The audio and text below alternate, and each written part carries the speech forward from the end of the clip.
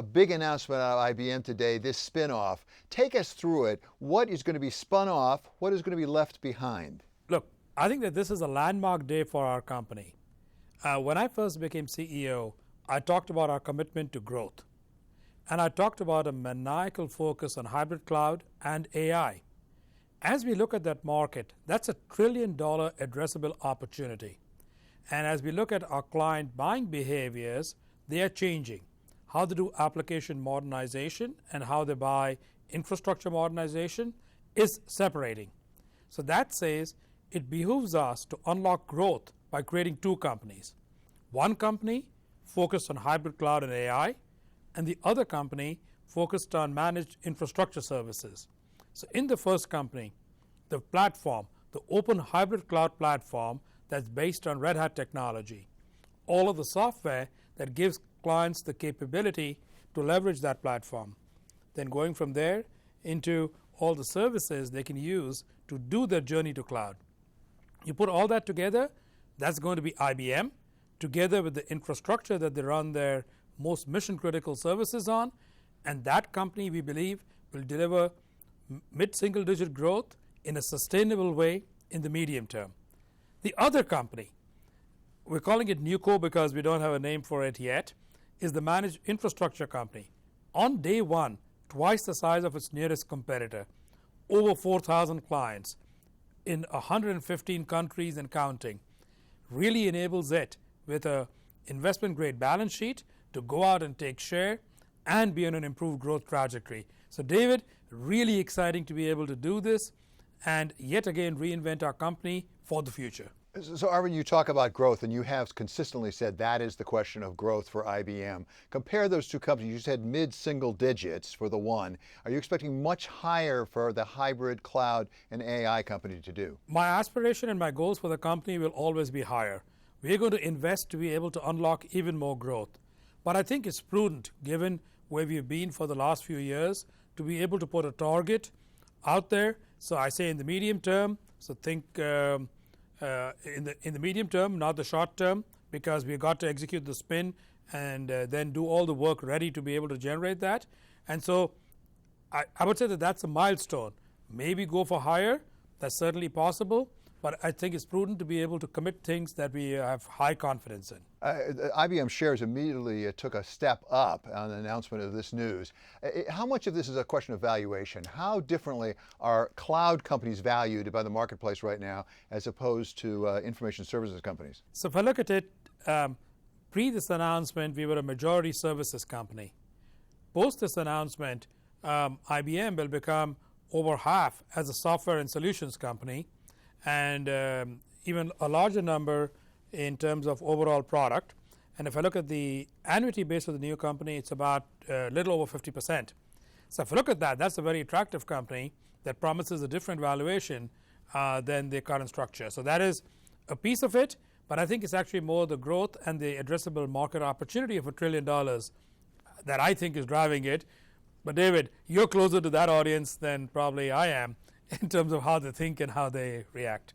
So Arvind, what will be the relationship between these two companies? Will they be contracting with one another? Will they be free to contract with other people that might be even a competitor of their sister company? Both. So absolutely. You unlock growth for both companies by being allowed to partner with those that may be competitors.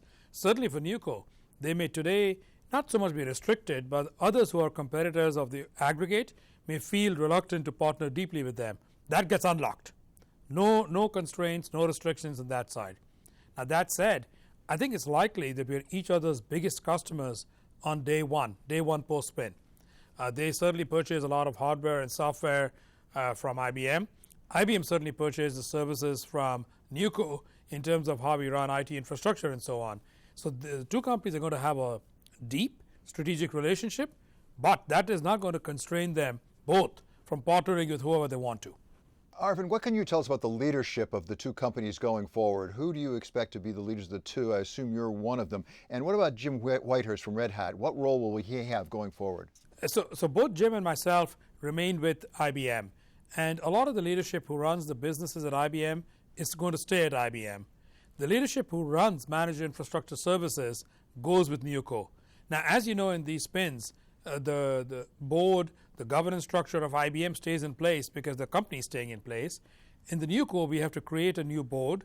Once that new board is formed, they'll be able to select its top management team. We certainly expect that they will select many people from the current management team. But as that goes forward, the new board of the company will select the overall leadership. But in terms of the day-to-day operations, a lot of the people are in place. They run infrastructure services today, and they will continue to do that. Arvind, you clearly want to gain some growth by freeing up the hybrid services and the AI part of the company. Do you also run the risk of losing some, of essentially cross-selling, have customers you can cross-sell both sides of your business? I think that that's a risk that can be managed, David. So the word I would use is, I don't have any concerns about it, and then I'll sort of say, of course I'm going to be paranoid about it, and I'm going to have lots of work around it, and so I'm going to mitigate any of that risk in terms of how we work. There are certainly common clients across both sides of the business, but the clients tend to contract separately for the different parts of the business already. So we have to go manage that risk. But as I said also, the two businesses will have deep and strategic relationships with each other, and that will also help mitigate that part of the risk.